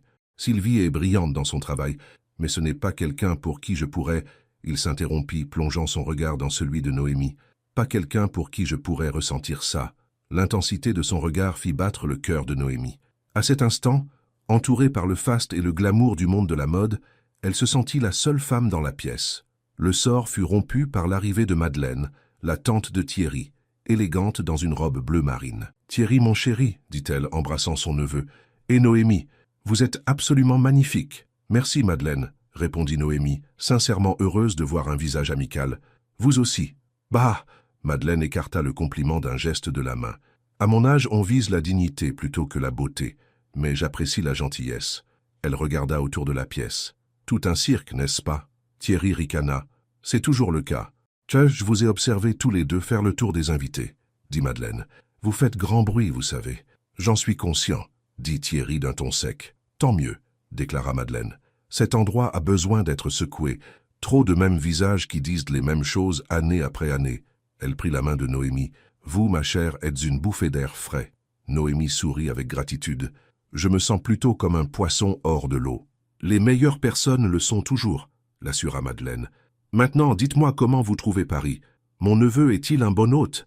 Elles bavardèrent un moment, la chaleur et l'esprit de Madeleine mettant Noémie à l'aise. Mais bientôt, il fut temps pour Thierry de s'adresser aux invités. Il s'excusa, laissant Noémie avec Madeleine. « Il est différent avec vous, » observa Madeleine alors qu'elle regardait Thierry se diriger vers la petite estrade. Vous l'avez déjà mentionné, dit Noémie. Cela mérite d'être répété, répondit Madeleine. Je connais ce garçon depuis sa naissance. Il a toujours été si prudent, si contrôlé, jusqu'à vous. Avant que Noémie ne puisse répondre, Thierry commença à parler. La pièce devint silencieuse alors qu'il accueillait tout le monde au gala et parlait de l'histoire et de l'avenir de la maison Moreau. Il était charismatique et captivant, clairement dans son élément en tant que dirigeant de l'entreprise. Alors que nous nous tournons vers l'avenir, conclut Thierry, nous devons nous souvenir que la mode n'est pas seulement une question de vêtements. C'est une question d'identité, d'expression de soi, de repousser les limites. À la maison Moreau, nous avons toujours valorisé l'élégance, la qualité et l'innovation. Ces valeurs ne changeront jamais. Mais la façon dont nous les exprimons continuera d'évoluer à mesure que le monde évolue autour de nous. La foule applaudit et Thierry descendit de l'estrade pour se mêler à nouveau aux invités. Noémie le perdit de vue dans la foule et Madeleine fut entraînée par de vieilles amies, laissant Noémie momentanément seule. Elle décida de prendre l'air et se glissa sur l'une des terrasses surplombant le jardin. La nuit était fraîche mais pas froide, et le jardin était magnifiquement éclairé par de petites lanternes le long des allées. « Vous vous cachez des requins ?» Noémie se retourna pour voir Geneviève Dupont, la directrice de la mode, sortir sur la terrasse. Elle tenait un verre de champagne dans une main et une cigarette dans l'autre. « Juste prendre l'air », répondit Noémie. Geneviève alluma sa cigarette et tira une longue bouffée. « Je ne vous en veux pas. Ces événements peuvent être suffocants. » Elle étudia Noémie de ses yeux perçants. « Alors, vous et Thierry. » Ce n'était pas tout à fait une question, mais Noémie se sentit obligée de répondre. « Oui. Il n'a jamais amené de femme à un événement de l'entreprise auparavant, » remarqua Geneviève. « Pas même les mannequins qu'il a fréquentés. »« Je ne suis pas mannequin, » fit remarquer Noémie. Clairement, Geneviève acquiesça, sans la malice que Noémie aurait pu attendre. « Vous êtes tout autre chose. » Noémie ne savait pas comment prendre cela. « C'est bon ou mauvais ?» Geneviève haussa les épaules. « Ça dépend de votre perspective. » Elle tira une autre bouffée de sa cigarette. Thierry est le visage de la maison Moreau. Tout ce qu'il fait se reflète sur la marque, y compris ses fréquentations, conclut Noémie.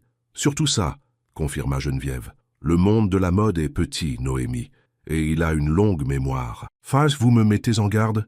Demanda Noémie directement. Je vous conseille, corrigea Geneviève. Il y a une différence. Avant que Noémie ne puisse répondre, la porte de la terrasse s'ouvrit à nouveau, et deux jeunes femmes sortirent, toutes deux de l'équipe de stylisme. Noémie les reconnut. Elles s'arrêtèrent net en voyant Geneviève et Noémie. « Oh, on ne savait pas qu'il y avait quelqu'un ici, » dit l'une d'elles, visiblement intimidée par la présence de Geneviève. « Et c'est bon, Sophie, » dit Geneviève. On discutait juste. Les deux femmes hésitèrent, puis se dirigèrent vers l'extrémité de la terrasse, parlant à voix basse. Mais la nuit était calme, et leurs mots portaient. « C'est elle, la provinciale, » murmura l'une, « celle qui couche avec le patron. »« Elle n'est pas ce à quoi je m'attendais, » répondit l'autre. « Elle est jolie, mais elle n'est pas, tu sais, maison. Certainement pas maison, » acquiesça la première. « Elle est trop voyante. Trop, c'est pas très maison. » Noémie sentit ses joues brûler d'embarras et de colère. Elle jeta un coup d'œil à Geneviève, qui avait clairement entendu chaque mot mais n'en laissait rien paraître, fumant tranquillement sa cigarette. « Je devrais aller trouver Thierry, » dit Noémie, sa voix ferme malgré la blessure qui la rongeait. Geneviève hocha la tête. « Vous devriez. » Noémie retourna dans la salle de bal, la tête haute malgré les larmes cuisantes qui menacèrent de monter. Elle scruta la foule à la recherche de Thierry, mais ne le vit pas parmi les centaines d'invités. Une main lui toucha le bras, et elle se retourna pour trouver Sylvie debout là, avec un groupe de rédactrices de mode. « Noémie, » dit Sylvie doucement, « nous discutions justement de la nouvelle direction que Thierry prend avec la marque. Qu'en pensez-vous ? Vous devez avoir des informations d'initiés. » Les rédactrices ricanèrent, et Noémie réalisa qu'elle était moquée. La douleur qu'elle avait retenue remonta, se mêlant à la frustration et à l'humiliation. « Excusez-moi, » dit-elle, se dégageant de l'emprise de Sylvie. « J'ai besoin d'air. » Elle se fraya un chemin à travers la foule, ne se souciant plus de qui voyait les larmes couler librement. Elle avait juste besoin de sortir, d'échapper au regard et au jugement, de trouver un endroit calme pour se ressaisir. Elle trouva un petit salon vide à côté du couloir principal et s'y glissa, fermant la porte derrière elle. Ce n'est qu'alors qu'elle se permit de craquer, s'effondrant sur une causeuse de velours et enfouissant son visage dans ses mains. À quoi avait-elle pensé? Qu'elle pourrait entrer dans ce monde et être acceptée, qu'une robe de soirée et un collier de diamants pourraient la transformer en quelqu'un qui avait sa place ici. Elle était Noémie Dubois d'un quartier populaire de Lyon, fille d'un musicien de jazz de club, une jeune femme qui avait travaillé pour payer ses études et peinait encore à joindre les deux bouts. Elle n'était pas maison, quoi que cela veuille dire, et elle ne le serait jamais. Après quelques minutes, elle se ressaisit. Elle devait trouver Thierry, lui dire qu'elle partait, non seulement du gala mais de Paris. Ce fantasme avait été merveilleux, mais il n'était pas réel. Il ne pouvait pas l'être. Elle essuya ses larmes, veillant à ne pas abîmer son maquillage, et ouvrit la porte du salon.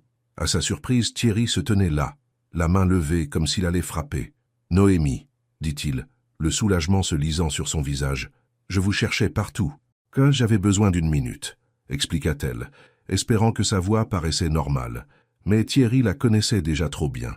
Il pouvait voir les traces de larmes dans ses yeux, la tension dans ses épaules. « Qu'est-ce qui s'est passé ?» demanda-t-il, entrant dans le salon et fermant la porte derrière lui. « Qui vous a contrarié ?»« Ça n'a pas d'importance, » dit Noémie en secouant la tête. « Thierry, je crois que je devrais rentrer à l'appartement. »« Je n'ai pas ma place ici. »« De quoi parlez-vous » demanda Thierry, sincèrement confus. « Bien sûr que vous avez votre place ici. Vous êtes avec moi. »« C'est justement ça, » expliqua Noémie. « Je ne suis ici qu'à cause de vous. Tout le monde le sait. Tout le monde en parle. »« Qu'il parle ?» dit Thierry d'un ton dédaigneux. « C'est facile à dire pour vous, » fit remarquer Noémie. « Vous êtes Thierry Moreau. Vous avez votre place partout où vous voulez être. Je ne suis pas maison, Thierry. » La compréhension se dessina sur son visage. « Qui vous a dit ça ?» Noémie secoua la tête. « Peu importe, ils ont raison. Je ne fais pas partie de ce monde. » Thierry prit ses mains dans les siennes. « Noémie, écoutez-moi. La maison Moreau n'est pas définie par ce que des gens comme Sylvie ou Geneviève pensent qu'elle devrait être. Elle est définie par ce que je dis qu'elle est.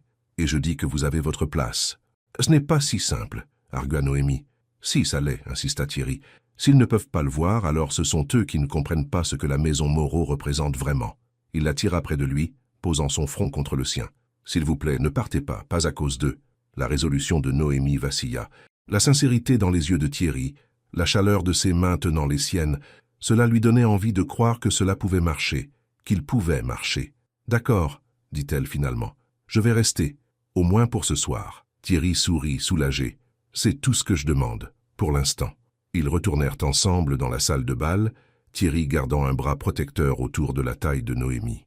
Il la conduisit directement au centre de la pièce, où les invités les plus influents étaient rassemblés, et tapota une cuillère contre son verre de champagne pour attirer leur attention. « Excusez-moi, » dit-il, sa voix portant à travers la pièce soudainement silencieuse. « J'aimerais dire quelques mots. » Noémie le regarda alarmée. « Thierry, qu'est-ce que vous faites ?» Mais il lui serra la main de manière rassurante et continua. « La maison Moreau a été fondée sur un principe d'élégance, » commença-t-il. « Mes parents croyaient que la vraie élégance ne venait pas de la suite des tendances, mais de l'authenticité, de l'intégrité, de la confiance en soi. » La foule écoutait attentivement, verres à la main, curieuse de ce discours impromptu. « Au fil des ans, nous avons parfois perdu de vue cela, » continua Thierry. « Nous avons confondu l'élégance avec l'exclusivité, avec une étroitesse de vision que mes parents n'auraient jamais approuvée. » Des murmures parcoururent la foule.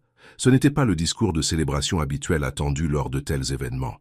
Mais cette femme, Thierry regarda Noémie, ses yeux remplis de quelque chose qui ressemblait remarquablement à de l'amour. Cette femme noire m'a montré à quoi ressemble l'élégance quand elle entre sans se soucier dans une pièce pleine de gens qui ne s'attendent pas à ce qu'elle ait sa place. Le cœur de Noémie tambourinait. Elle sentait tous les regards de la pièce sur elle, percevait le mélange de surprise, de confusion et, dans certains cas, de ressentiment. « Alors si vous ne la voyez pas comme maison ?» La voix de Thierry devint plus forte, plus déterminée. « La maison changera. » Un silence stupéfait tomba sur la pièce. Puis, de manière inattendue, quelqu'un commença à applaudir. C'était Madeleine, debout au bord de la foule, un sourire fier sur son visage. D'autres se joignirent à elle, d'abord quelques-uns, puis davantage, jusqu'à ce que la majeure partie de la pièce applaudisse. Pas tout le monde, bien sûr. Sylvie restait impassible, les bras croisés. Geneviève semblait pensive mais réservée, mais de nombreux invités semblaient sincèrement émus par les paroles de Thierry, par sa volonté de défier le statu quo pour quelqu'un qu'il aimait. Quand les applaudissements retombèrent, la musique reprit et la foule commença à se disperser à nouveau en petits groupes. Thierry se tourna vers Noémie. « C'était trop ?» demanda-t-il, soudain incertain. Noémie secoua la tête, trop bouleversée pour parler. Personne ne l'avait jamais défendue de cette façon, n'avait jamais mis sa propre réputation en jeu pour elle. « Venez avec moi », dit Thierry, lui prenant la main. « Il y a un endroit que je veux vous montrer. » Il la conduisit à travers l'hôtel particulier, monta un escalier étroit et se retrouva sur un balcon privé surplombant la Seine. La vue était à couper le souffle, le fleuve scintillant de lumière reflétée, la tour Eiffel brillant au loin. « C'est magnifique !» dit Noémie, s'approchant de la balustrade pour admirer la vue.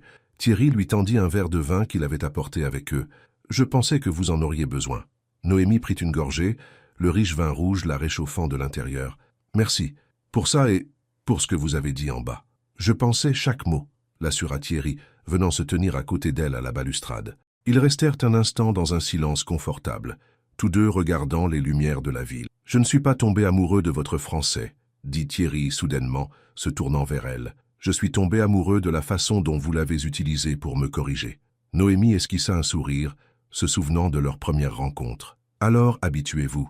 Je corrige beaucoup de choses. » Thierry se pencha, ses yeux remplis de tendresse. « Alors construisons quelque chose, où je n'arrêterai jamais d'apprendre. » Le cœur de Noémie se gonfla d'émotion. Contre toute attente, contre toutes ses propres prévisions, elle avait trouvé quelque chose de réel dans ce conte de fées. Quelqu'un qui la voyait vraiment, et la valorisait exactement pour ce qu'elle était. Elle le laissa l'embrasser, doux, délibéré et plein de sens. Non pas parce qu'il était riche, non pas parce qu'il était français, mais parce que il écoutait.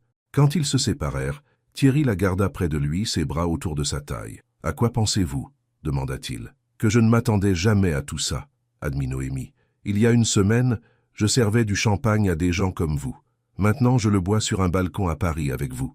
La vie change vite parfois, » dit Thierry, « quand on est ouvert à cela. »« Êtes-vous sûr de ça » demanda Noémie, ayant besoin de l'entendre une fois de plus. « De nous? De changer la maison Moreau pour moi? Pas pour vous, » corrigea Thierry doucement. « Grâce à vous. Vous m'avez montré ce que la maison Moreau pourrait être, devrait être, plus inclusive, plus diverse, plus authentique. » Il prit son visage dans ses mains. « Et oui, je suis sûr de nous. Je n'ai jamais été plus sûr de rien dans ma vie. » Noémie sourit, se permettant enfin de croire. « Moi aussi, je suis sûr. » Ils restèrent longtemps sur le balcon, parlant de l'avenir. Thierry partagea sa vision pour la maison Moreau. Comment Noémie pourrait aider à étendre leur portée sur de nouveaux marchés. Comment il pourrait utiliser la plateforme de l'entreprise pour soutenir des causes qui lui tenaient à cœur. « Et votre travail de traduction ?» demanda-t-il. « Avec les familles d'immigrés?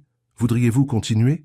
Noémie fut touchée qu'il s'en souvienne, qu'il se soucie de ce qui était important pour elle. « Oui, je le voudrais. C'est important pour moi. »« Alors nous ferons en sorte que cela se réalise, » promit Thierry. « Peut-être par le biais de la Fondation Maison Moreau, nous pourrions établir un programme spécifiquement pour les services de traduction. » Alors qu'il parlait et planifiait, Noémie réalisa que c'était cela que le partenariat signifiait vraiment. Non seulement partager une vie, mais partager des rêves, des valeurs, un but. Quand ils retournèrent enfin au gala, l'atmosphère avait changé. Certains invités chuchotaient encore à leur passage, mais d'autres les approchèrent avec un intérêt sincère, interrogeant Noémie sur son parcours, ses expériences, sa perspective sur la marque. Sylvie garda ses distances, mais Geneviève les chercha vers la fin de la soirée. « Coupe audacieux, Thierry, » dit-elle, une pointe d'admiration dans la voix. « Vos parents auraient approuvé. »« Merci, Geneviève, » répondit Thierry, clairement surpris par son soutien. Geneviève se tourna vers Noémie. « J'espère que vous apporterez un peu de cette audace à l'entreprise. On en aurait besoin. » Ce n'était pas tout à fait des excuses, mais c'était une reconnaissance. Noémie l'accepterait. Alors que le gala se terminait, Thierry et Noémie firent leurs adieux et rentrèrent à son appartement. Dans la voiture, Noémie posa sa tête sur l'épaule de Thierry, contente d'une manière qu'elle n'avait jamais connue auparavant. « Envisagez-vous toujours de prendre le poste ?» demanda Thierry doucement. Noémie hocha la tête. « Oui, mais à une condition. »« Nommez-la, » dit Thierry. « Je veux gagner ma place, » expliqua Noémie. « Pas de traitement de faveur, pas de raccourci. Je veux faire mes preuves par mes propres mérites. » Thierry sourit. « Je ne le voudrais pas autrement. » De retour à l'appartement, ils se tinrent à nouveau sur le balcon, regardant la skyline de Paris. Noémie pensa à tout ce qui s'était passé depuis ce moment à Paris, où elle avait défié Thierry avec son franc-parler. Un mot aussi, ou plutôt une phrase, et Paris était à elle. Pas seulement la ville, mais tout ce qu'elle représentait. Beauté, possibilité, amour. « À quoi pensez-vous » demanda Thierry, la serrant dans ses bras par derrière. À la vitesse à laquelle la vie peut changer, répondit Noémie. À la façon dont un seul moment peut tout bouleverser. Pour le mieux, j'espère, dit Thierry. Noémie se tourna dans ses bras pour lui faire face. Certainement pour le mieux. Alors qu'ils s'embrassaient sous les étoiles, Noémie savait que ce n'était que le début de leur histoire. Il y aurait des défis à venir, sans aucun doute. Des sceptiques à démentir, des limites à repousser, un équilibre à trouver entre leurs deux mondes. Mais debout dans les bras de Thierry, Paris s'étendant devant eux comme une mer de lumière, Noémie crut qu'ils pouvaient affronter n'importe quoi ensemble, parce qu'ils l'avaient vu quand personne d'autre ne le faisait, parce qu'elle l'avait défié quand personne d'autre ne l'aurait fait, et parce que contre toute attente, ils avaient trouvé l'un en l'autre exactement ce dont ils avaient besoin. Pas un fantasme, mais quelque chose de réel. Un mois plus tard, Noémie se tenait dans le bureau de Thierry, le bureau de son petit ami, elle devait encore se le rappeler, attendant qu'il termine un appel. Dehors, par les fenêtres, Paris était décoré pour Noël, les lumières scintillant dans le crépuscule. Elle travaillait à la maison Moreau depuis 3 semaines maintenant, et malgré le scepticisme initial de certains milieux, elle faisait ses preuves. Ses compétences linguistiques et ses aperçus culturels avaient déjà aidé à obtenir un contrat majeur avec un grand magasin japonais, et ses idées pour la fondation caritative de l'entreprise étaient mises en œuvre. Cela n'avait pas été facile. Sylvie la traitait toujours froidement, et certains employés chuchotaient encore à son passage. Mais d'autres l'avaient accueillie chaleureusement, appréciant la nouvelle perspective qu'elle apportait à l'entreprise. Et Thierry avait été son rock, son champion, son partenaire dans tous les sens du terme. Il raccrocha le téléphone et lui sourit. « Prête pour le dîner. Madeleine nous attend à 7 heures. »« Presque, » dit Noémie, s'asseyant sur le bord de son bureau. « J'ai eu un appel aujourd'hui, du bureau international de la maison. » Thierry haussa un sourcil. « Ah bon? Ils veulent que je prenne la tête de leur équipe des relations clients internationales, » expliqua Noémie. « Cela signifierait partager mon temps entre Paris et des déplacements fréquents. » Thierry resta silencieux un instant, traitant l'information. « Est-ce quelque chose que vous voulez faire? »« Je crois que oui, » dit Noémie. « Mon père me manque parfois, mais je ne veux pas non plus quitter Paris. » Elle prit sa main. « Ni vous. » Thierry sourit. « Alors ne partez pas. Nous pouvons y arriver. J'ai de toute façon des affaires à mener régulièrement à l'étranger, et votre père devrait visiter Paris. Je veux rencontrer l'homme qui a élevé une femme aussi extraordinaire. »« Vous êtes sûr ?» demanda Noémie. « Cela signifierait des changements. »« S'il y a une chose que vous m'avez apprise, » dit Thierry, la tirant dans ses bras, « c'est que le changement peut être la meilleure chose qui vous arrive. » Noémie sourit, se souvenant de cette nuit-là à Paris qui avait tout changé. « Une condition, dit-elle. »« Nommez-la, répondit Thierry. »« Plus de robes empruntées, déclara Noémie. Si je deviens une cadre de la maison Moreau, il me faut ma propre garde-robe. » Thierry rit. « Je crois que ça peut s'arranger. » Il l'embrassa tendrement. « Autre chose ?» Noémie fit semblant d'y réfléchir. « Juste une dernière chose. Qu'est-ce que c'est ? » « Je t'aime, dit-elle simplement. Les yeux de Thierry s'adoucirent. « Moi aussi je t'aime. En anglais, en français, dans n'importe quelle langue que tu choisiras. » Tandis qu'il quittait le bureau main dans la main, s'enfonçant dans la soirée parisienne, Noémie ressentit un sentiment de plénitude. Elle était arrivée à Paris en étrangère, incertaine et dépaysée. À présent, elle quittait le siège de la maison Moreau en femme qui savait exactement où était sa place. Ni à New York, ni à Paris, ni dans la mode, ni dans la traduction, ni dans un lieu ou une profession particulière. Elle appartenait à Thierry, l'homme qui l'avait vue quand tous les autres étaient passés à côté d'elle. Et cela faisait toute la différence du monde.